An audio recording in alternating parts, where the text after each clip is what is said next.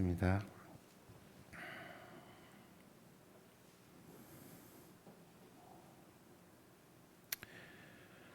주님 앞에 우리가 예물을 드립니다.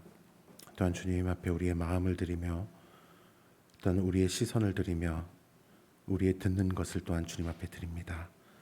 그리고 우리의 발걸음을 주님 앞에 드립니다. 우리의 삶을 드리고 우리의 호흡을 주님 앞에 드립니다.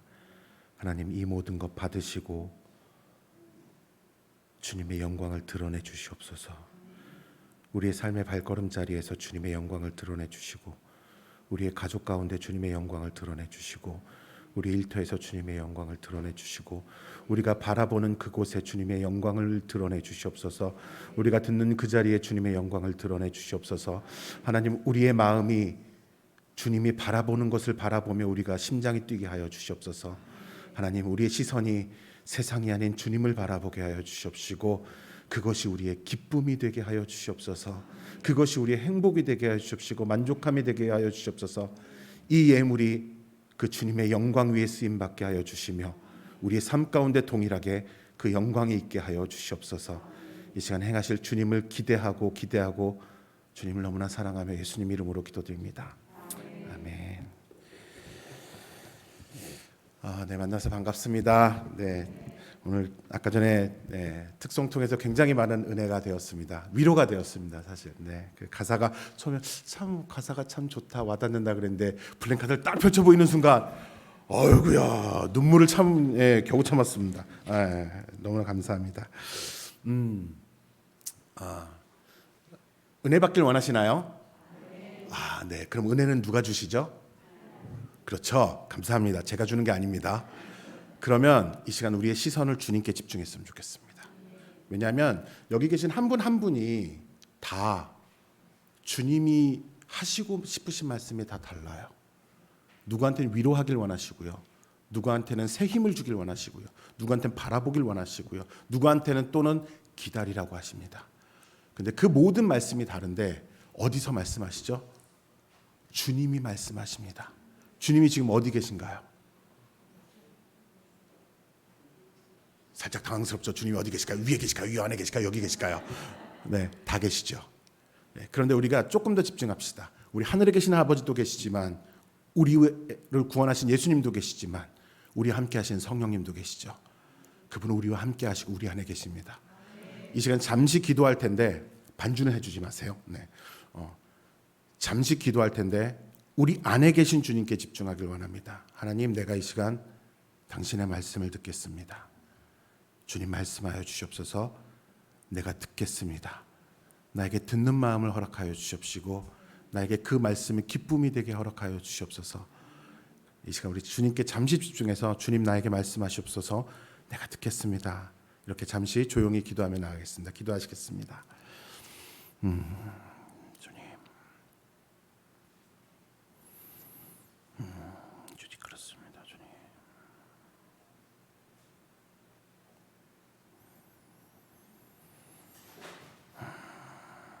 그렇습니다. 주님 말씀하여 주시옵소서. 듣겠습니다. 주님 기다리겠습니다. 주님 시간 행하여 주시옵소서. 행하실 주님을 기대합니다. 성령 역사해 주시옵소서. 주님 사랑합니다. 주님은 선한 목자라서 우리를 선한 길로 인도하십니다. 당신은 우리 아버지라서 당신의 자녀를 당신이 기뻐하시는 곳으로 쉴 만한 물가로 인도하시는 분이십니다. 이 시간 듣겠습니다. 주님 말씀하여 주시옵소서. 예수님의 이름으로 기도드립니다. 아멘. 잠시 신발을 벗겠습니다.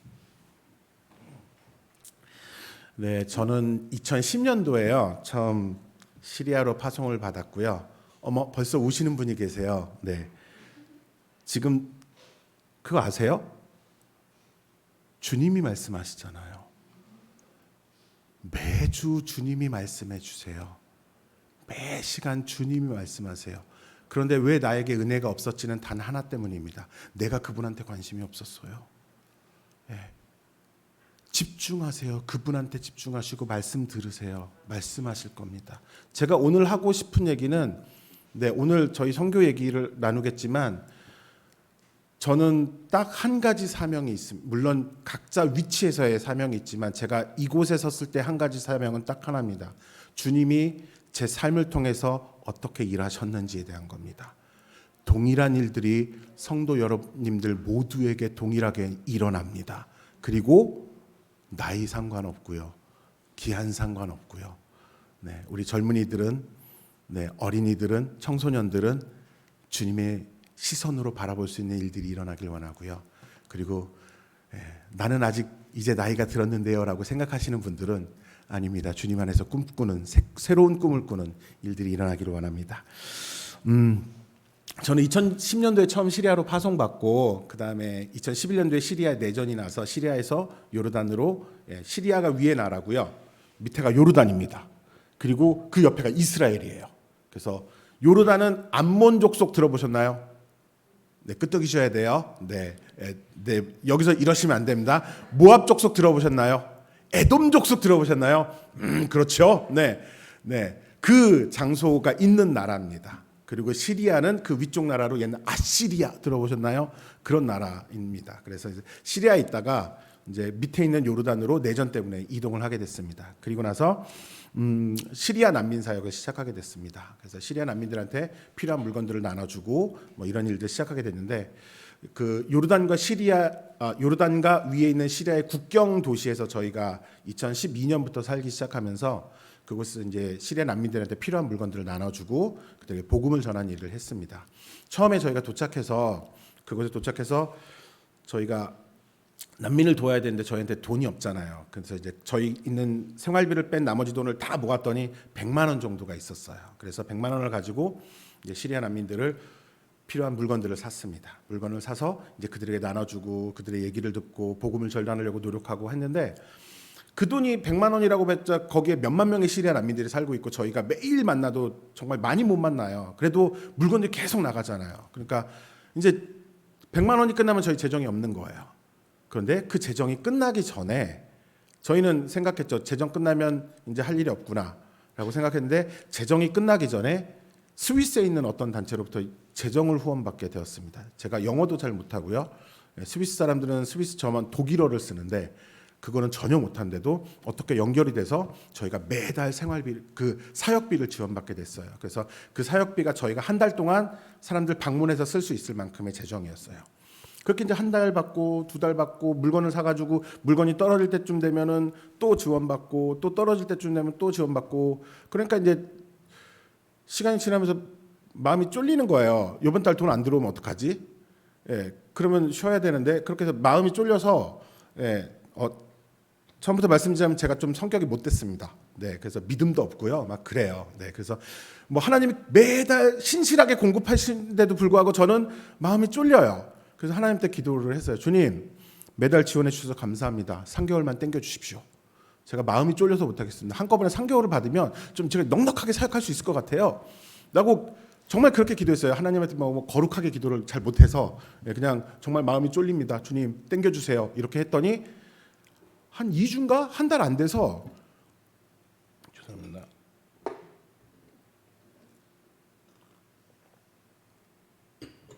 그 수도에 있는 저희 암만이 수도인데 그 수도에 있는 한 기독교 NGO한테서 저희 지역으로 연락이 왔어. 저희한테 연락이 와서 김재희 선생님 맞냐고. 네, 맞습니다. 그러니까 당신이 그 난민들 많이 사는 그 지역에 살고 계시죠? 그래서 네, 그럼 저희가 그 지역에 있는 시리아 난민들을 지원해주고 싶은데 근데 선생님 통해서 지원해 주셨으면 좋겠다고. 그래서 우리가 지원해 주는데 괜찮겠냐고. 그래서 괜찮습니다. 근데 그 물건의 양도 저희만 쓸 수 있는 게 아니라 저희 지역에 계신 다른 선교사님들도 쓸 수 있을 만큼의 분량을 지원해 주기로 했어요. 그래서 근데 저희가 공식적으로 관계를 맺어야 되기 때문에 계약서를 체결해야 됩니다. 그래서 네, 괜찮습니다. 그랬더니 그래서 저희 계약서는 3개월 단위로 계약됩니다. 그리고 나서 3개월 계속 지원이 됐었어요. 그렇게 하나님이 채워주세요. 그리고 또 시리아 난민들 보는데 여름 되면 한 50도까지 올라가요. 많이 덥죠. 그런데 이 사람들이 난민으로 넘어올 때 걸어서 대부분 국경을 넘어왔는데 뭐 없잖아요. 그러니까 이 사람들이 집에 선풍기도 없는 거예요. 뭐 유엔에서 지원해주는 지원금 가지고는 그냥 먹을 것만 사 먹으면 끝나거든요. 그래서 없어서 그 집 가면 이제 선풍기가 필요한데, 그리고 선풍기 놓고 기도하면 하나님 선풍기 할 수 있는 재정을 보내주시고, 아니면 선풍기가 지원되고, 또 어느 날은 냉장고 필요한데 그럼 냉장고 필요한 재정이 들어오고, 그리고 또 한 1년 정도 교제하다 보니까 옛날 찍었던 사진하고 얼굴이 많이 말라간 거예요. 맨날 빵만 먹고 야채를 못 먹는 거예요. 그래서 야채 먹어야겠는데 그랬더니 어떤 NGO에서 작물을 재배해가지고 물건이 너무 많대요. 나눠줘야 된대요. 그래가지고 니네 필요해? 그래서 응 줘. 그래가지고 나눠주고, 그렇게 사역들이 점점 잘 되기 시작했어요. 근데 기도만 하면 응답이 되는 거예요. 너무 감사하잖아요. 그래서 옳았구나 하고 기도했죠. 하나님, 우리도 필요한 것이 있습니다. 하나님, 저희 것도 채워주십시오. 주님이 채워주셨을까요? 안 채워주셨어요. 네. 그리고 이제 난민 사역을 계속 하던 중에 한 1년 반쯤, 2년쯤 됐을 때 어느 집을 방문했는데 그 집에 어떤 환자가 있었어요. 그래서 늘 방문하던 집이었는데 갑자기 몸이 너무 안 좋은 사람이 있는 거예요. 그랬더니 뭐 할 줄 아는 게 없잖아요. 그래서 이제 기도를 하기 시작했습니다. 이제 엎드려 놓고 이제 마사지를 한 거죠. 근데 마사지를 할 때 그냥 아무 생각 없이 그냥 예수 이름으로 그냥 아유 내가 그냥 등 마사지 해줄게. 그리고 예수 이름으로 하는데 나았어요, 병이. 네, 그 다음 주에 근데 병이 딱 났잖아요. 근데 그 사람 병이 난 거예요. 자기 원래 팔이 안 올라갔던 사람인데 팔이 싹 올라간 거예요. 그래서 병이 나왔어요. 그래서 우와, 너 어떻게 나왔어? 그랬더니 제이 네가 낫게 했잖아. 그러니까, 아니야, 내가 뭐라 그랬어? 예수 이름으로. 그럼 누가 낫게 한 거야? 예수님이. 그리고 그 집에서 성경 공부가 시작됐습니다. 그 다음 주에 또 다른 집을 갔는데 또 병자가 있는 거예요. 그럼 뭐 할까요? 그냥 기도했죠. 마사지하면서 기도했는데 그 집에서도 또 병자가 나왔어요. 그리고 또 그 집에서 성경 공부가 시작됐어요. 그 다음 주에도 또 병자가 나왔어요. 그래서 성경 공부가 시작됐어요. 그 전에는 복음을 전하고 이렇게 물건들을 나눠주면서 이렇게 하는데, 그 사람들이 저희들 얘기를 듣는 거는 물건 주니까 그냥 들어주는 거였지, 그 사람들 믿음이 생기거나 그런 게 아니었어요. 그냥 쟤네들은 착한 외국인이야, 그 정도만 생각했거든요. 착한 기독교인 외국인이야, 이렇게만 생각했거든요. 근데 병이 나으니까 태도가 바뀌는 거예요. 성경 공부를 하기 시작해요. 예수님을 알고 싶어 하기 시작해요. 근데 저는 말씀드렸다시피 못된 놈이잖아요. 그래서 한 주 병이 나왔어요. 2주 되니까 병이 또 나요. 드디어 나에게 능력이 임하여서 장풍이 나갈 것 같은 거예요. 3주가 됐어요. 병이 나왔어요. 와, 엄청난 은사가 제게 있는 줄 알았어요. 그래서 아내가 아프다고 얘기를 하는 거예요, 어느 날. 그래서 엎드려봐. 기도했죠. 예수 이름으로. 병이 나았을까요, 안 나았을까요? 나았을까요, 안 나았을까요? 안 나았어요. 그때 알게 됐어요. 주님의 시선이 어느 곳에 있는지. 제가 기도의 능력이 있어서가 아니라 주님이 그들의 필요를 보시고 들으시고 주님이 주셨던 거예요. 그들의 아픔을 주님께서 보시고 주님이 치유하신 거지, 저는 그거 가지고 착각했던 거예요. 내가 잘한 것인 줄. 근데 그게 아니었더라고요. 그렇게 해서 성경 공부도 시작되고, 많은 집에서 성경 공부가 시작되고, 그다음 물건도 계속 나눠주고 이러다 보니까 사역이 점점 확장됐어요. 근데 사역이 확장되고 나다 보니까 너무 바쁜 거예요. 그러면서 집에 오면 피곤해요. 그럼 집에 오면 나 피곤해, 자야 돼. 나 좀 쉴게. 나한테 말 좀 시키지 마. 애들이 아빠 그래도 나중에. 그리고 난민들한테 계속 듣는 내용들이 어떤 내용이냐면, 막 가족들 시리아에 있을 때 가족들을 잃은 얘기, 그다음에 고문당한 얘기, 그다음에 뭐 지금 무슨 일어난 얘기, 일용할 양식들이 없어서 힘든 얘기, 이런 얘기들만 매일 듣다 보니까, 그것도 한국말도 아니고 아랍어로 계속 듣다 보니까 스트레스가 엄청 되는 거예요. 그리고 밤마다 꿈을 꿔요. 그러니까 속이 완전 무너지기 시작하는 거예요. 말라가기 시작하더라고요. 하루 종일 듣는 내용이 좋은 얘기는 하나도 없고, 그리고 일은 바쁘고, NGO랑 또 어떤 계약도 또 해야 되는 것도 또 계속 있고, 그러면서 막 정신이 없는 거예요. 그러니까 집안에 소홀히 되고, 그러면서 엉망진창이 되는 거예요. 그러고 나서는 사람 만나는 것도 겁이 나기 시작해요. 이게 맞는 건가? 사역은 점점 확장되는데 선교사잖아요. 선교사인데 내면이 말라가는 거, 이렇게 엉망진창이 되는 게 이게 맞는 건가? 근데 그런 얘기를 많이 들었어요. 그리고 많이 봤어요. 목회는 열심히 잘하고 선교는 열심히 잘하시지만 성품이 점점 이상한 사람처럼 변해가는 사람, 고집센 사람, 욕심쟁이들, 그리고 사람들과의 관계를 잘 못하는 모습들을 너무 많이 봤었기 때문에 그게 당연한 건 줄 알았어요. 시간이 지나면 다들 그렇게 되는 건 줄 알았어요. 근데 너무 답답해서 성경을 보는데 저는 겉사역은 점점 잘 되고 제 내면은 점점 망가져가고 메말라가진데 바울을 봤는데 바울은 아니더라고요. 그 사람은 겉은 점점 약해져 가지만 그의 속사람은 점점 강건하고 새로워졌더라고요. 자, 그럼 뭐가 맞는 거예요? 제가 맞는 거예요? 성경이 맞는 거예요? 정말로 성경이 맞는 거예요? 머릿속으로 생각하는 거 말고 우리 삶에서 정말로 이 성경이 맞나요? 그때 처음으로 그 괴리감이 오기 시작하는 거예요.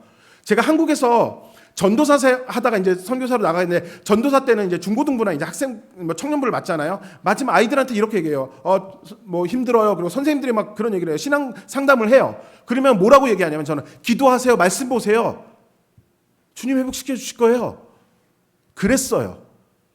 마음이 메말라가서 기도하기 시작했어요. 더 많이 기도했고 더 많이 성경을 읽었어요. 회복이 됐을까요? 안 됐을까요? 네, 고개를 따끄떡 이렇게 하시는 분들은 경험이시죠. 회복이 되는데 조금 되지 옛날만큼 그렇게 완전히 회복이 안 되더라고요. 그리고 나서 정말 길을 잃었어요. 뭐가 맞는 거지? 정말 말씀을 더 보고 기도를 더 했는데 왜 회복이 안 되지? 더 많이 해야 되나? 더 집착해야 되나? 아니더라고요. 그때 그 막막함이 나는 이렇게 끝나는 건가 보다. 나는 그냥 쓰임받은 작대기로 나중에 그냥 버려지나 보다. 나는 이렇게 그냥 내면이 파괴된 채로 그냥 이렇게 그리고 하나님 일 열심히 했는데 그 결과가 이거야? 하나님 일 열심히 한 결과가 공황장애야? 하나님이 일 열심히 한 그 결과가 이렇게 가정이 메마르고 내가 분노하고 아이들한테 화내고 속에서 스트레스와 분노가 가득 찬 이거야? 너무 슬프더라고요. 그렇게 시간이 지나가고 있었습니다. 기도해도 회복 안 되고 그냥 난 이렇게 그냥 사나 보다 라고 생각하는 어느 날 저녁에 차를 마시는데 그냥 하나님을 다시 만났습니다. 그분의 임재가 쫙 내려오고 이런 게 아니라 그냥 믿어졌어요. 그런 순간에도 주님이 나와 함께 하시고 그분이 내 안에 계시고 맞는 말이잖아요. 아는 말이잖아요. 그냥 믿어줬어요. 그게 여러분이 조금 전에 주님하고 불었을 때 그때 주님이 느껴졌던 그거랑 동일한 거예요. 그 전에 내 시선이 바깥에 있어서 전혀 보지 못했었는데 주님이 그냥 만나주셨다라는 표현밖에 할 수 없을 것 같아요. 그냥 믿어줬어요. 그리고 나서 제 인생을 바꾸기 시작했습니다. 제 사역을 다 내려놨어요. 하나님 앞에. 다시 하나님 앞에 내려놓고 하나님 제가 다시 한번 시작하겠습니다. 제 비자 문제, 저는 그때 이제 회사를 세워서 비자를 하고 있었는데 비자 문제, 제가 가지고 있는 차량 문제, 그 다음에 제가 사는 지역, 그 다음에 자녀들 학교, 그 다음에 저의 사역까지 다 멈췄어요. 그리고 하나님 앞에 기도했어요. 하나님, 말씀해 주시면 반응하겠습니다. 그리고 말씀 안 해주시면 움직이지 않을래요. 빨리 응답해 주시는 것도 있었는데 사역 놓고 기도했는데 아무 말씀이 없으세요. 한 달이 지나고 2달이 지나고 그러면 생각했어요. 그냥 사역 그냥 계속 하는 게 맞는 건가?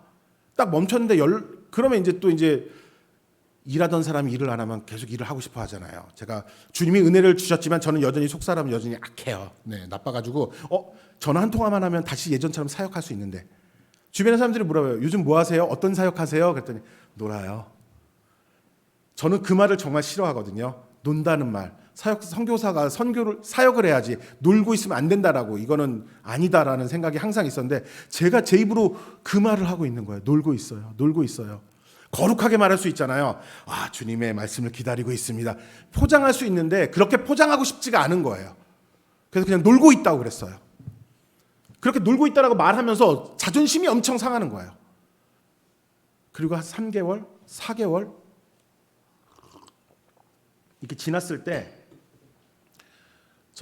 저희 사는 지역에 한국인 가정들이 몇 분 계셔서 같이 이제 기도 모임이 있습니다. 그래서 이제 거기 기도 모임에서 기도를 하던 중에 아내가 기도 응답을 받은 게 있었어요. 그래서 기도 제목을 뭐 응답 받은 거 있으면 좀 나눠봅시다라고 했는데 아내가 주님이 주신 마음이 있는데 나누고 싶지 않다고. 그래서 하기 싫으면 그 분명히 주님이 주신 마음일 거라고. 뭐냐고 그랬더니 고아라고 하는 거예요.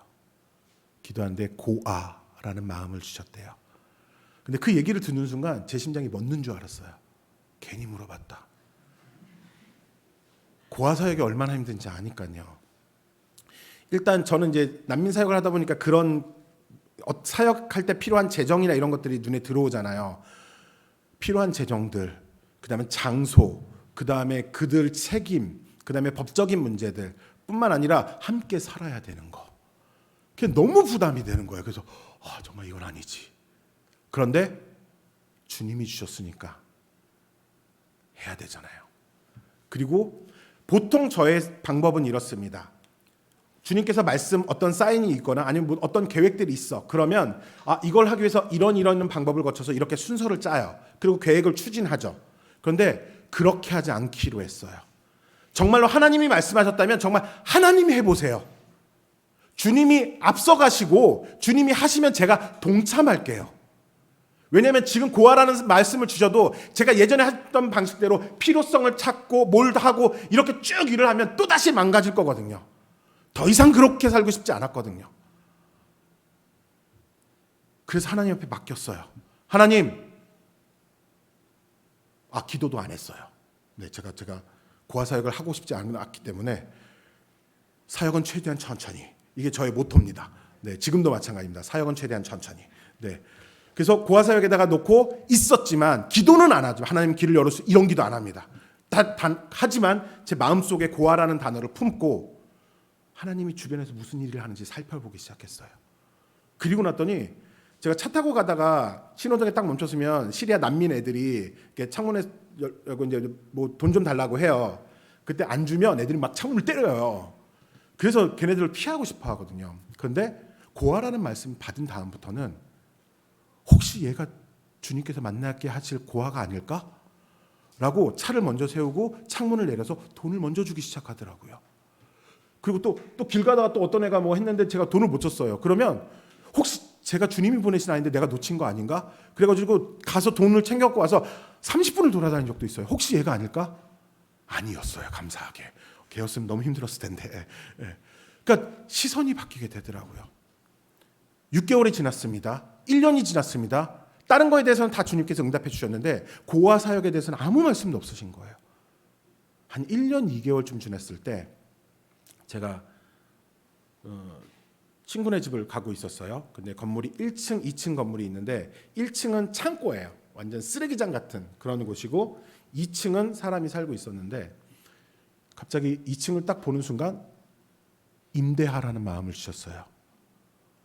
근데 이게 조심해야 될 게 음성 듣는다고 주님 뜻인가 이러고 막 가면 안 돼요. 네네. 근데 그날은 저도 그래서 주님이 말씀하시면 그걸 분별하는 시간을 꼭 갖거든요. 네, 근데 그때 그 목소리는 진짜 성경 구절이 딱 떠올랐어요. 양이 목자의 음성을 안다고 하잖아요. 그때 그 음성은 들었을 때 맞나 틀리나를 확인할 틈도 없이 너무 목소리가 깊고요. 따뜻하고요. 그 목소리가 너무 평안한 거예요.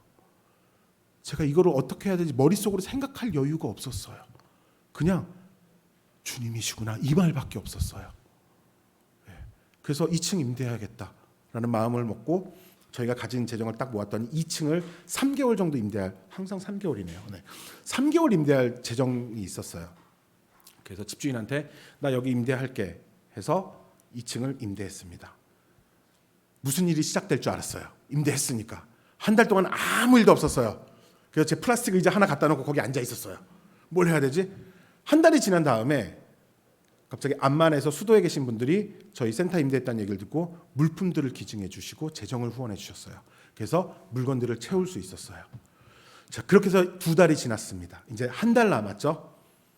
이제 저희한테 수중에 재정은 없어요. 아무것도 없는 상태예요.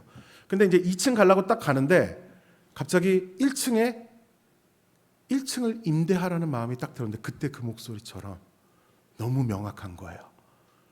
근데 그때부터 이제 갈등이 시작되는 거예요. 2층은 돈이 있었어. 1층은 돈이 없어. 예. 그리고 집주인한테 물어봤더니 1층을 임대하려면 1년치 월세를 줘야 된대요. 왜냐면 거기에 너무 창고고 더럽고 해서 공사를 다 해야 되니까 그 사람도 1년치 월세를 받아서 1년치를 다 투자해야 되는 거예요. 그러니까 뭐 돈이 많이 필요하죠. 그래서 1년치를 임대해야 되는데 말하면은 시작하는 건데 어떻게 해야 될까요? 그냥 얘기해야죠. 막 고민이 돼요. 돈이 없는데 어떡하지?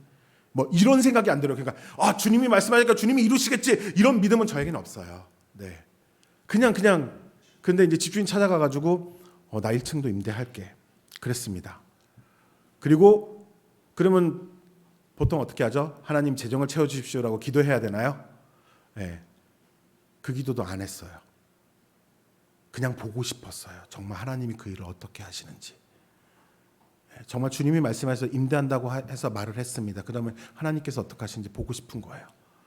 그리고 나서 2주가 지났습니다. 제가 날짜도 써놨어요. 9월 1일 날 제가 집주인한테 얘기했는데 9월 16일 날 어떤 저희 지역에 계시는 선교사님이 저에게 오더니 이렇게 말씀하신 거예요. 김재희 선생님, 제가 기도하는데 주님께서 선생님 돈 이거 드리래요 라고 돈을 주셨어요. 그게 1층 임대료의 절반이었어요. 선교사님들이 이렇게 서로 후원하는 건 뭐냐면 이 옆에 무슨 교회가 있나요? 옆에 교회 다른 교회 있죠. 어떤 장로교회가 세비전교회 요즘에 행사한다며요. 그럼 헌금하는 거랑 똑같은 거예요.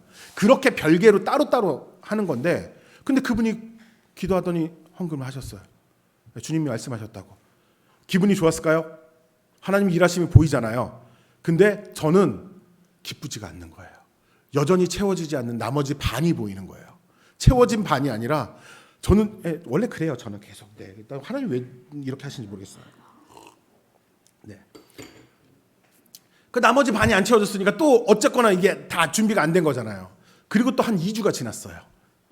그날이 9월 28일이었습니다. 16일 날 재정이 채워지고 28일 날 제가 이제 요르단 수도에 있는 암만에 요르단 한인교회가 있어요. 그래서 한인교회 이제 예배를 출석하고 있는데 한 선교사님이 계신데 그분은 저랑 잘 안 맞아요. 그분의 농담이 정말 제 스타일이 아니에요. 그분도 뭐 이 안에도 계시지 않아요? 이분이랑 딱 인사했는데 내 스타일 아니야. 그분도 그런 거예요. 그분도 저거 보면 재수가 없고 그분은 제가 재수가 없고 저는 그분의 스타일이 마음에 안 들어.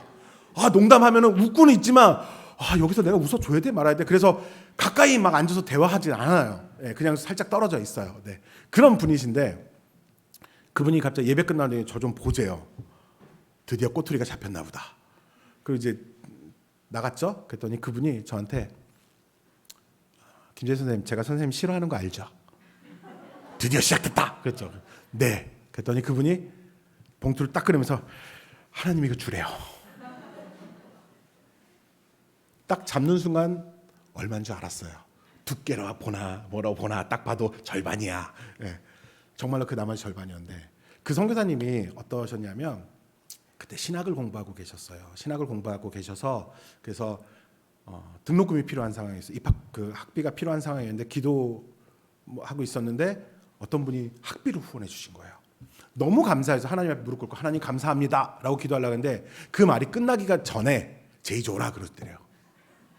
그것도 왜 하필 제이예요, 그렇죠? 서로 사이가 안 좋은데 별로 친하진 않는데 그렇게 주셨어요. 정말 대단한 분이세요. 주의 음성을 듣는 분이시잖아요. 그리고 놀라운 일은 그분하고 저랑 태생적으로 잘 스타일이 안 맞는다 그랬잖아요. 그 다음부터 하나님이 둘이 같이 얽혀서 주의 일들을 하셔요.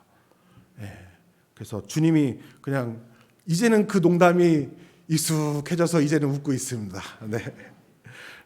그렇게 하나님께서 또 1층 임대료를 주셔서 1층을 임대하게 됐습니다.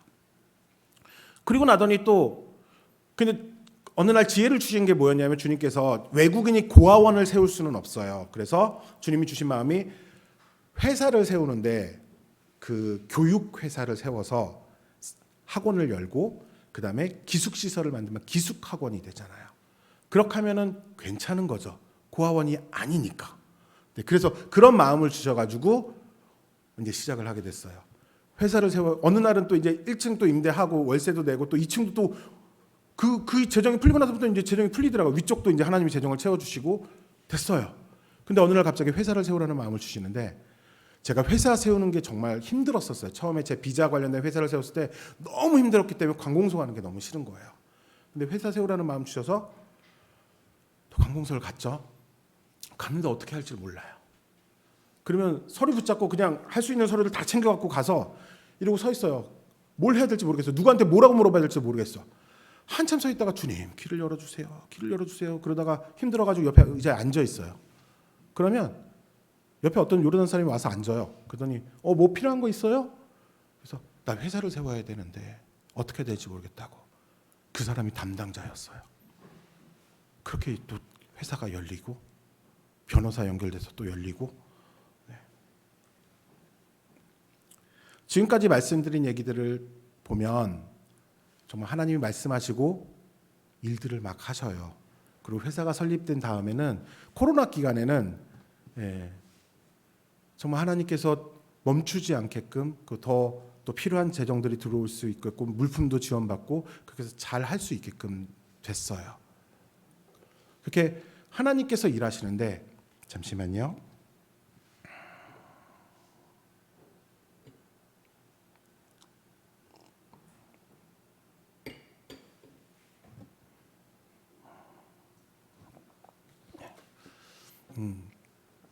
주님께서 하고 싶으신 말씀은 우리 가운데 함께 저를 통해서 나누라고 하시는 말씀은 하나님의 말씀에 순종했던 이렇게 큰 일을 하셨습니다라는 얘기가 아닙니다. 믿음의 사람들 성경에도 보면 아브라함, 모세, 예레미야, 바울, 다윗 우리가 볼 때 다 대단한 사람들이지만 그 사람들의 인생의 여정을 보면 사실 행복하고 평탄한 길들이 아니었어요. 아브라함은 자식을 죽여야 되는 마음이었어요. 모세는 40년을 광야에 있었어야 됐고 이스라엘 백성과 출애굽하는 과정들도 계속 사람들한테 시달리고 요구하고 그 사막을 걸어야 됐고 거기서 지내야 됐어요. 다윗 영광스럽죠. 하지만 그가 사울에게 쫓겨다녔던 시간들이 얼마나 많은데요. 자기 아들한테까지 쫓겨다니는 시간들이었거든요. 믿음의 여정들이 그렇더라고요. 저도 보니까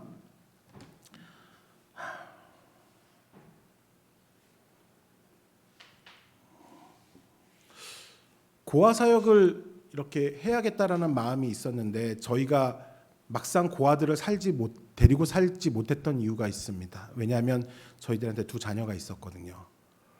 그래서 자녀들이 있는데 고아들까지 데리고 살 수는 없잖아요. 그래서 저희는 항상 모든 일이 느려지기를 기다리고 있었어요. 그런데 작년에 저희가 잠깐 한국을 방문하게 됐는데 한국 방문하고 이제 늘 고민이었어요.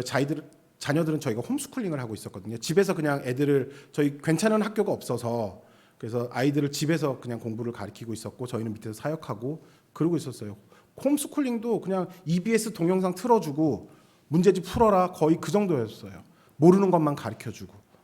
그래서 제대로 교육이 안 됐었는데 저희가 그게 고민이었어요. 그러니까 초등학교 6학년 때까지는 우리가 데리고 지낼 수 있어. 하지만 중학교쯤 되면 제대로 된 교육을 받아야겠다라는 생각이 있었어요. 그런데 큰애가 중학교 2학년이 되고 작은애가 중학교 1학년이 됐는데 아직까지 우리한테 길이 보이지 않는 거예요. 그리고 저희 지역에서 1시간 반 나가면 수도인데 거기에는 선교사 자녀 학교가 있어요. 영어로 된 학교가 있어서 거기만 가도 잘 되거든요. 근데 저희가 자녀 교육 때문에 이쪽으로 이사를 가면 저희가 사역을 할 수가 없고 주님이 여기 있으라고 말씀하셨기 때문에 그리고 또 있자니 자녀 교육들도 제대로 할 수 없고 그래서 막 마음이 너무 답답한 거예요. 그래서 속으로 그런 생각이 들어요. 내가 이런 아빠가 맞나? 나 진짜 못된 아빠 아닌가? 가정에서는 막 그러고 있는 거예요. 하나님 응답해 주시고 막 이런 일들을 하시지만 제 속에서는 집에만 들어오면은 너무 마음이 답답한 거예요. 아빠로서 내가 이렇게 자녀들을 방치하고 포기하는 거 아닌가? 하나님 일 한다고 이게 너무 이런 거 아닌가? 라는 갈등들이 계속 있었어요. 그러던 중에 작년에 한국에 딱 왔는데 한국에서 뭐 어떤 대안학교를 소개받았어요. 소개받았는데 저희가 보낼 수 있는 수준이 아니더라고요. 저희가 재정이 그렇게 많지 않으니까 대안학교들이 많이 비싸더라고요. 그래서 보낼 수가 없는 수준이었어요. 그래서 어떻게 해야 되지? 근데 한번 와보래요. 그래서 거기를 갔습니다. 갔더니 아이들이 막 같이 지내는 모습이 너무 예뻐 보이는데 막 속에서는 막 슬픈 거예요. 우리 애들도 이랬으면 좋겠는데. 그러다가 거기 이사장님이 얘기를 하시더니 다른 막 학교 소개를 하는데 막 너무 좋은 얘기를 하는데 하나도 안 들리는 거예요. 막 그냥 좌절감만 더 드는 거예요. 그러더니 다른 분들 다 나가라 그러더니 저희한테 얼마까지 할 수 있냐요. 그래서 저희가 재정을 얼마까지 이렇게 낼 수 있냐고 학비를. 그래서 저희는 이 정도밖에 못합니다. 그랬더니 그것만 보내라고. 그렇게 해서 아이들이 학교를 한국에 있는 기숙학교예요. 그래서 다니게 됐습니다. 근데 그게 출국하기 일주일 전이었어요. 갑자기 결정이 되니까 중학교 1학년, 2학년 되는 애들이랑 헤어져야 되잖아요. 막 갑자기 초상 분위기가 된 거예요. 그날 저녁에. 그러니까 와, 막 저도 눈물이 나고 아내도 눈물이 나고 애들도 막 펑펑 우는 거예요. 그런데 그래서 뭐 기도하려고 이제 있는데 와, 기도도 안 되고 그냥 슬픈 생각만 들고 그러다가 애들 다 잔 다음에 저녁에 이렇게 기도하면 안 되겠다라는 마음이 들었어요. 그래서 와, 제가 하나님이 사역할 때 그렇게 응답을 많이 받고 음성을 그렇게 명확하게 받는데도 불구하고 슬픔이 사로잡혀 있으니까 기도의 응답이 안 되는 거예요. 아무 일도 안 되는 거예요. 뭘 내가 지금 그냥 망망대해에서 헤엄치고 있는 혼자 헤엄치는 느낌인 거예요. 그래서 안 되겠다 싶어서 제 생각들 다 내려놓고 하나님 앞에 기도했습니다. 하나님, 애들 보내기 싫은데 너무 슬프네요. 어떻게 해야 되나요? 근데 그때 마음가운데 주님의 말씀이 들렸어요. 내가 내 자녀들을 책임질 테니 너는 내 고아들을 담당해 줄래? 처음에 그 얘기를 들었을 때 감사했어요. 하나님이 우리의 자녀들을 책임져 주신다니까. 근데 그 말씀들이 제 마음에 있으면서 시간이 지나면서 그 다음 단어가 보이기 시작하더라고요. 너는 내 고아들을 담당해 줄래? 저는 그 고아라는 사람들이 그냥 길거리에 있는 아이들인 줄 알았어요. 그런데 길거리에 있는 그 무시받고 천대받는 그 사람들이 우리 주님의 고아래요. 내 고아래요. 내 자녀래요. 시간이 지나면서 그 마음이 오기 시작하더라고요. 그리고 저희 아이들과 헤어졌습니다. 그리고 요르단에 딱 돌아가자마자 요르단 도착해서 저희 센터 아이들 집을 신방을 갔는데 그 집에 어느 집에 고아 4명이 있는 거예요. 그러더니 그 얘기를 하는 거예요. 야, 고아들이 있네. 그랬더니 원래는 이 아이들이 엄마 아빠랑 같이 살고 있었는데 아빠는 일한다고 시리아로 넘어가서 소식불명. 네, 살았는지 죽었는지 소식불명. 네, 그리고 엄마가 혼자 아이들 4명 키우다가 재혼을 했어요. 근데 재혼했는데 그 계부가 아이들을 학대하기 시작하는 거예요. 그래서 쇠꼬챙이에다가 불로 달궈가지고 등을 찢었어요, 많이. 그러니까 막 그 찍힌 사진이 있거든요. 그러니까 엄청난 학대를 당하다가 얼마나 학대를 많이 했다 했으면 정부에서 애들을 데리고 고아원으로 보내버렸어요. 네, 그래서 그 고아원에서 지내다가 친척들이 자기네 친척이 고아원에 있다는 소식을 듣고 데리고 온 거예요. 그래서 원래는 그 집이 6명의 자녀가 있었는데 고아 4명까지 데리고 와서 10명이 사는 거예요. 제가 고아에 대한 부담감이 있었는데 그날 그 아이들 딱 만나는 순간 제 마음에 평안이 있더라고요. 이 아이들이구나. 그러면서 그 아이들과 교제하기 시작하고 일주일에 한 번 만나기 시작하고 또 하나님께서 고아들과 살 수 있는 집을 허락해 주시고 또 그 안에 필요한 물건도 채워주셔서 함께 살기 시작했습니다. 정말로 고아 사역이 시작됐어요. 그런데 살다 보니까 이게 주님의 사역과 그거를 감당하는 우리들과는 좀 다르더라고요. 그러니까 첫날 고아 다 준비를 하고 아이들을 데리고 왔어요. 그리고 이제 첫날을 지내요. 딱 지나는데 하루 딱 지냈는데 저녁에 아내가 울더라고요. 너무 힘들어서. 아, 힘들어요. 네. 그리고 저희가 일주일 내내 데리고 있지 않고요. 5일 동안은 저희가 데리고 있고요. 이틀 동안은 친척 집에 다시 보내요. 왜냐하면 외국인이기 때문에 언제든지 추방당할 수 있기 때문에 현지인과 계속 관계를 맺어야 돼서 저희가 이제 이틀은 다시 보냅니다. 그러니까 정말 기숙학원이 되고 기숙 시설이 된 거죠. 예, 그래서 이제 마지막 날 이제 5일 동안 같이 있고 보내는 날 애들한테 손을 딱 흔들고 방에 딱 앉아서 저에게 눈물이 쫙 나더라고요. 뿌듯해서가 아니라 너무 힘들어서. 와, 정말 대단합니다, 우리 아이들. 네. 문화가 다르고 부모 손을 타지 않아가지고 어느 날은 저희가 물품 그 고아들과 사는 집에 물품을 채워 넣으려고 할 때 하나님한테 기도했어요. 하나님, 정말 고아들에게 당신의 자녀들에게 제일 좋은 걸로 해주고 싶어요. 그래서 요르단에도 이케아가 있어요. 그래서 이케아에서 소파를 갖고 와서 딱 갖다 놨죠. 설치했죠. 우리 집에 없는 건데 되게 좋다. 그러고 있는데 이틀 지났는데 소파 팔걸이가 부서졌어요. 그 위에서 뛰어놀았나 봐요. 그리고 커튼이 있는데 커튼이 떨어졌어요. 어떻게 했는지 모르겠어요. 그래서 그리고 나니까 야, 이 소파 얼마나 비싼 건 줄 알아? 그러면서 제가 애들한테 소리 지르고 있는 거예요. 그 이틀 만에 일어난 일이에요. 사실은 근데 애들한테 소리 지르고 나서 방에 들어왔는데 뭔가 이상한 거예요. 이건 누구를 위해서 해준 거죠? 고아들을 위해서. 근데 고아들이 이걸 망가뜨리니까 고아들 보고 사용하지 말라 그러고 있는 거예요. 이게 뭐 앞뒤가 바뀐 것 같아. 엉망진창이 된 거예요. 제 계획과 다르게. 그리고 이제 다시 이제 마음 추스리고 내가 뭔가 이상하구나 그러고 같이 살라 그러고. 그리고 고아들이랑 살다 보니까 막 여러 가지 다른 게 너무 많은 거예요. 애들한테 하루는 손을 이제 집에 들어오면 손 씻으라고 하잖아요. 그럼 물을 틀어요. 그리고 물을 적시고 그다음에 물비누를 딱 짜요. 그리고 이제 손에 하잖아요. 그럼 우리는 어떻게 하죠? 거품을 내죠. 근데 물비누를 바른 다음에 그걸 물로 딱 흘려 보내요. 그럼 물비누가 다 씻기 나갔죠? 그 다음에 손을 닦아요. 이건 뭐지? 그래서 야, 너네 거품 안 내니? 그러니까 거품 안 냈던 거예요. 그러니까 배운 적이 없는 거예요, 애들이.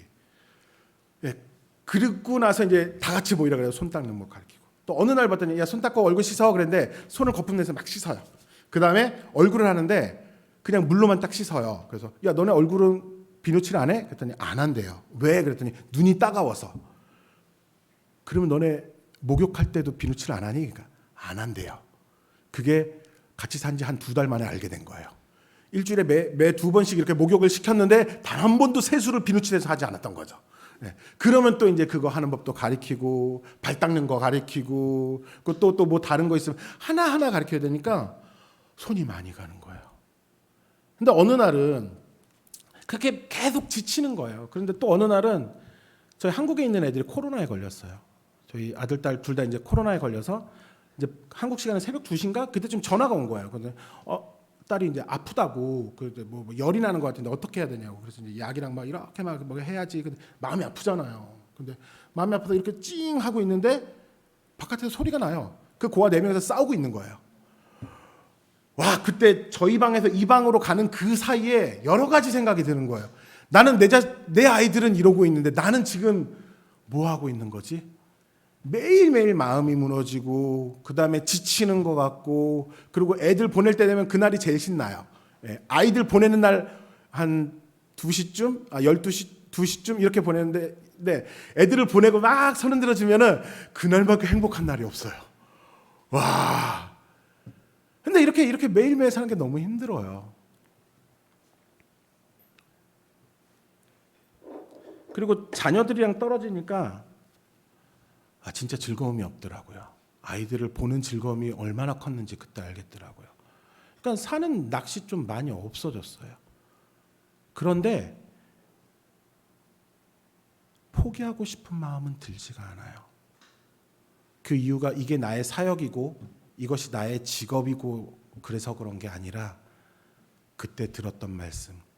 너는 내 자녀, 내가 네 자녀 담당해 줄 테니 너는 내 고아들을 책임져 줄래? 그때 하나님 마음을 알았어요.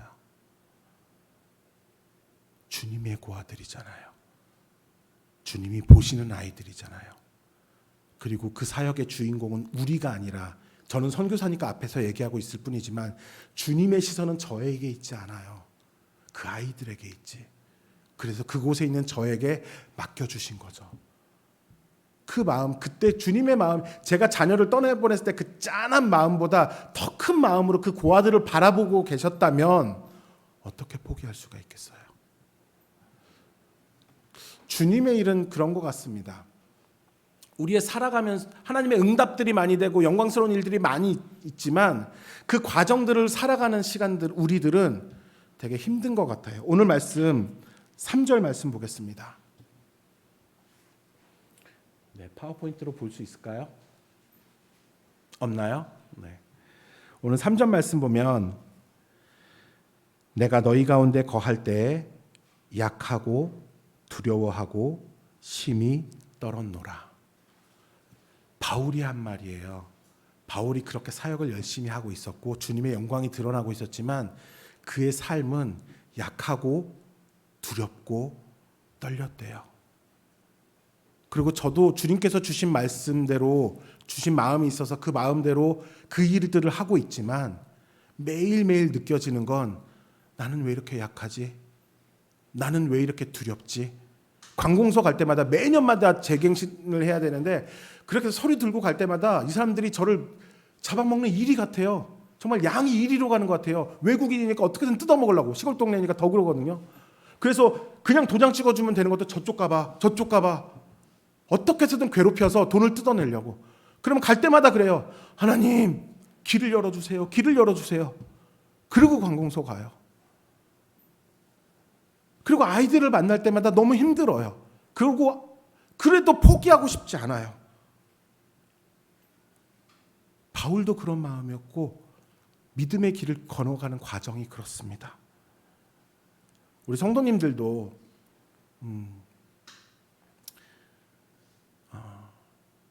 주님의 말씀이 부담되죠. 어쩔 때는 정말 감사한 것도 많지만 그런 거 있잖아요. 지나보면 은혜인데 막상 그 순간은 은혜가 아니야. 그렇더라고요. 막 지나보면 주님이 하셨네요. 정말 대단하시다. 그리고 우리의 간증은 다 과거형이에요. 지금 주님이 일하심 가운데 계십니까?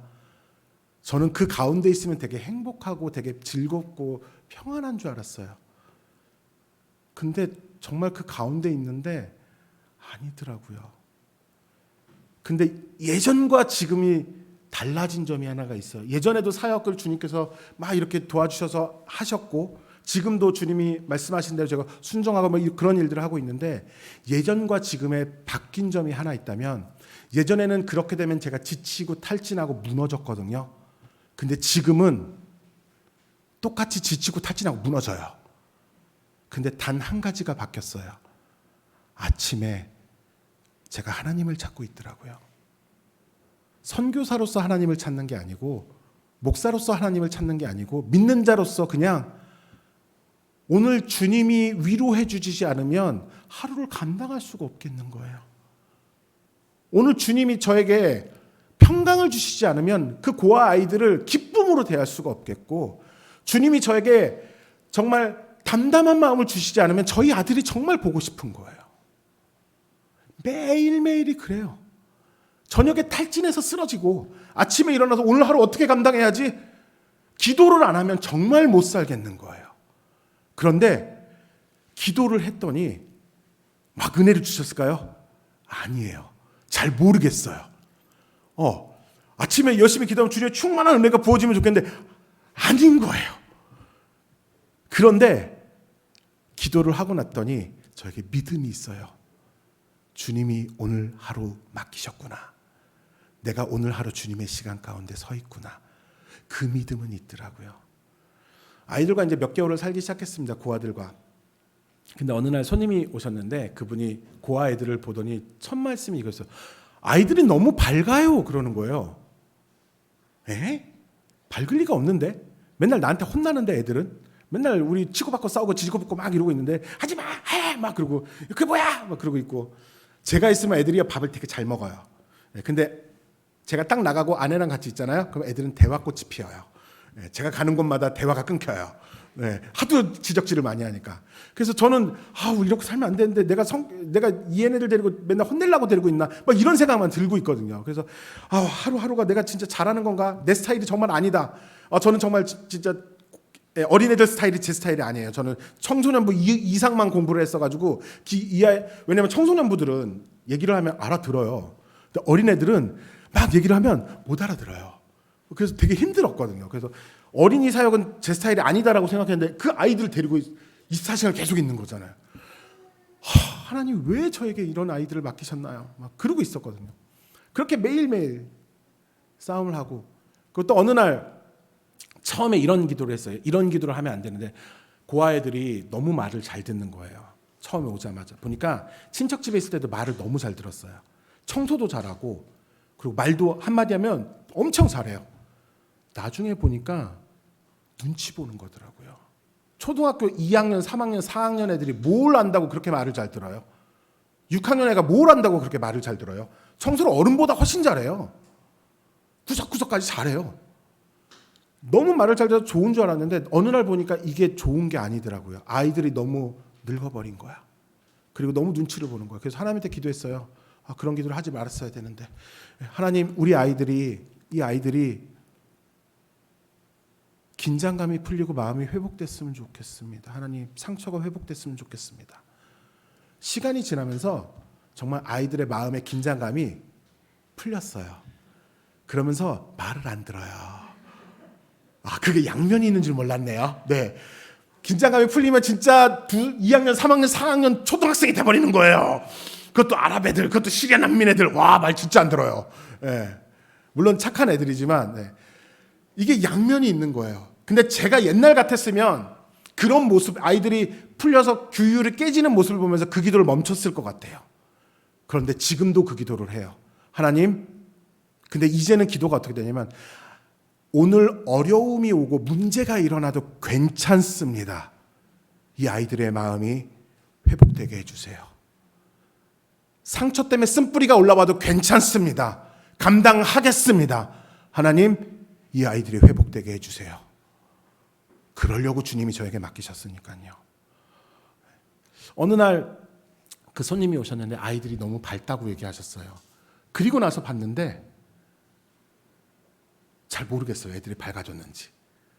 그런데 처음에 아이들 찍은 사진이 있었거든요. 그 사진이랑 지금 모습 보고 깜짝 놀랐어요. 그때도 웃고 있고 지금도 웃고 있는데 그때는 웃어봐 했을 때 미소 짓는 웃음이었고 지금의 웃음은 마음속에서 너무 즐거워서 깔깔대는 거 있잖아요. 그런 표정이더라고요. 그 사진을 보고 위로가 됐습니다. 난 아무것도 아닌데 애들 데리고 맨날 지지고 볶고 있는데 하나님이 마음을 바꿔주시는구나. 그리고 그때 그 말씀이 더 믿어지기 시작하고요. 내가 네 자녀들 담당할 테니 너는 내 고아들을 맡아줘. 그리고 저에게 최근에 소망이 생겼습니다. 사실은 매주 담당하는 게 너무 힘들었거든요. 근데 어느 날 누군가 얘기하면서 이런 마음이 들었어요. 저도 모르게 그런 말을 했는데 그게 제 말은 아닌 것 같은 생각이 들었었는데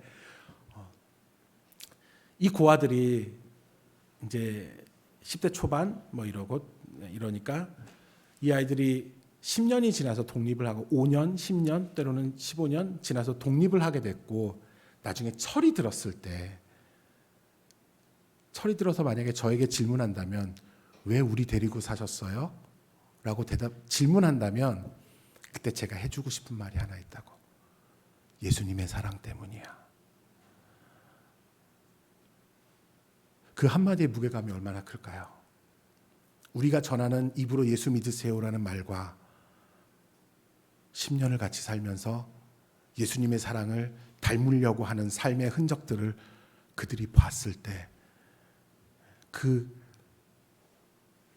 걔네들이 믿을지 안 믿을지는 모르겠지만 저희는 성경 공부를 매일 하긴 합니다. 그런데 믿을지 안 믿을지 모르겠지만 그 예수님이 사랑이라는 단어의 무게는 엄청날 것 같아요.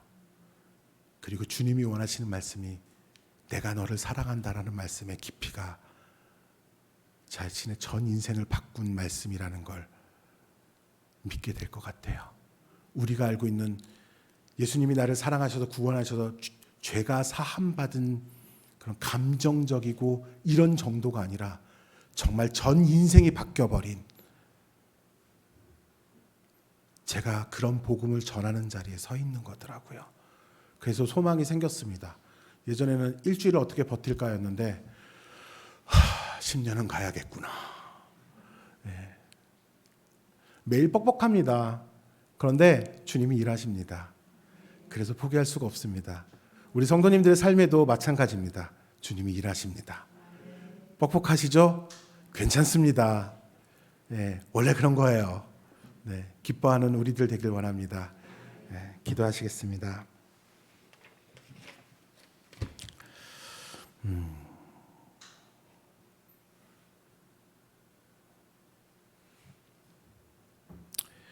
우리가 이곳에 예배드리는 것은 주님의 사랑 때문이고 우리가 주님을 사랑하기 때문입니다. 하나님, 우리의 삶이 주님께서 하시는 말씀들 가운데 우리의 삶과 주님의 말씀이 일치하게 인도하여 주시옵소서. 우리의 마음 가운데 부담감도 있습니다. 하지만 주님,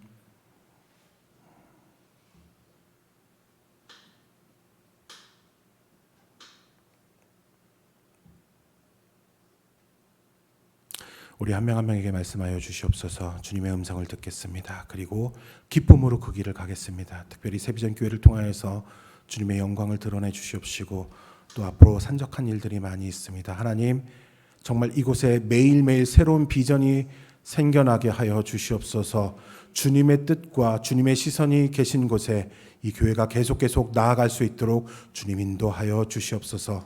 정말로 주님의 새로운 비전을 꿈꾸길 원하며 그 가운데 순종하는 우리 모두가 되길 원합니다. 주님, 세비전 교회를 주님 우리의 눈을 열어 주시옵시고 우리의 귀를 열어 주시옵시고 우리의 마음을 열어 주셔서 우리의 삶의 처소가 새 비전이 꿈꾸어지는 곳이 되게 하여 주시옵시고 그리고 또 우리의 직장이 새 비전이 꿈꾸어지는 곳이 되게 하여 주시며 또 우리 교회가 그렇게 나아갈 수 있도록 성령님 매일매일 기름 부어 주시옵시고 역사하여 주시옵소서. 행하실 주님을 기대합니다. 예수님 이름으로 기도드립니다. 아멘.